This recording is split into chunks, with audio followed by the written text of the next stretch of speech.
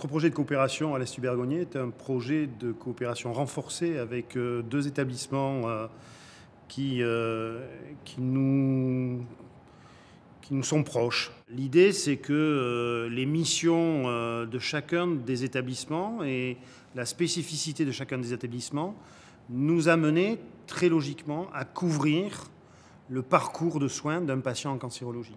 C'est-à-dire qu'on prend en charge un patient de bout en bout et on lui assure une cohérence globale de sa prise en charge. L'important, c'est qu'effectivement, dans ce réseau-là, il ait une lisibilité sur les acteurs qui le prennent en charge et une bonne réactivité du système. Donc c'est l'idée fondamentale de ce projet de coopération. On a commencé par travailler sur ce qu'on pouvait s'apporter les uns les autres. L'administration d'une chimiothérapie à domicile résulte de cette coopération. Voilà, donc on a déjà innové, ne serait-ce que sur cet acte-là. On a commencé au sommet de la pyramide, c'est-à-dire qu'on a créé un comité de pilotage stratégique qui regroupait essentiellement les directions générales des trois établissements.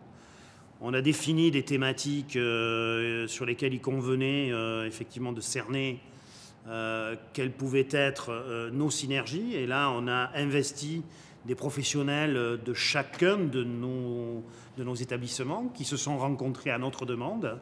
Et ensuite effectivement, on a nommé des chefs de projet. Quand nous sommes passés à la mise en place de la première marche de ce projet qui a été la chimiothérapie à domicile, dans le cadre de l'HAD, on a investi de manière plus que proportionnelle les acteurs de notre pharmacie, de l'unité centralisée de reconstitution des cytostatiques. Bagatelle a dû adapter ses effectifs et ses moyens à ce surcroît d'activité qui était lié aux prescriptions des médecins de Bergogné pour la chimiothérapie à domicile.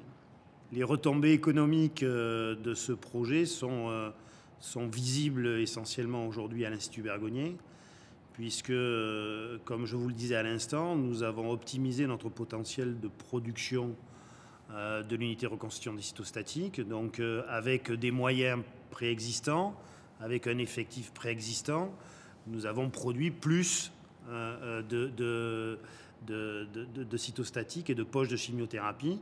Chaque CLCC est un cas d'espèce. Il est confronté à un environnement d'organisation sanitaire qui est spécifique. L'aspect interpersonnel est un élément positif, c'est un facteur clé. Je pense qu'aucun d'entre nous ne prête quelconque intention machiavélique aux acteurs partenaires de ce projet. Donc ça, c'est extrêmement aidant par rapport à la réactivité et par rapport à la gestion dans le temps de ces projets qui effectivement, on est dans des temps de réalisation qui me paraissent eux, exemplaires.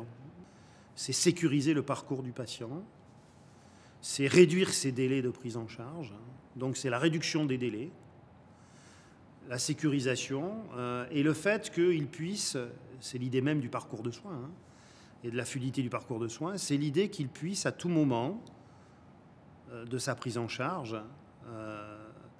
avoir un interlocuteur et que cet interlocuteur lui assure une réponse lui permettant d'être rassuré sur les modalités de sa prise en charge. Les professionnels de santé peuvent se sentir de temps en temps seuls par rapport à une résolution de problème qui appelle une démarche collective et une démarche pluridisciplinaire. Et je crois que nous améliorons avec cet axe de coopération renforcée avec ces deux autres établissements, on améliore notre approche pluridisciplinaire du cancer avec des professionnels qui sont investis dans des domaines où nous, on est moins impliqués, l'urgence, la réanimation, les soins de suite, l'hospitalisation à domicile, et que donc on élargit le prisme de la réflexion vis-à-vis d'un patient. Et donc c'est quelque part aussi rassurant et sécurisant pour l'ensemble des professionnels qui sont investis dans ce parcours de soins.